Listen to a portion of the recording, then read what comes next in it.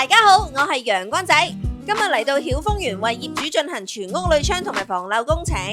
先嚟講下鋁窗維修方面，窗架出現咗生鏽嘅問題，手掣由於老化導致開關不順，膠邊亦都失去咗彈性。如果唔及時處理，會影響鋁窗結構㗎。我哋嘅師傅到埗先會鋪上帆布，保持地方清潔，再將窗褥搬到去走廊位置。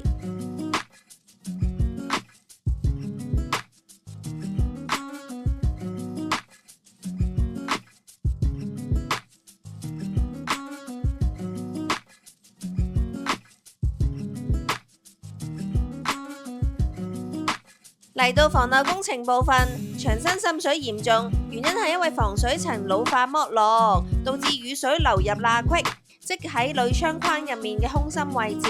業主一定要定期留意防水膠嘅老化情況，一有呢啲情況出現，就盡快揾我哋幫手啦。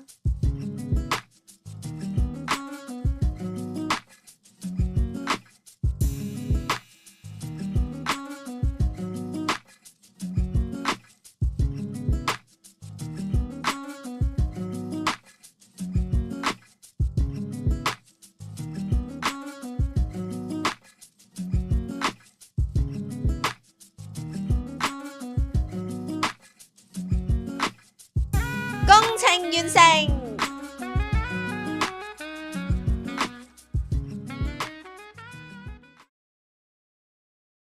陽光鋁窗服務，用心為你創造。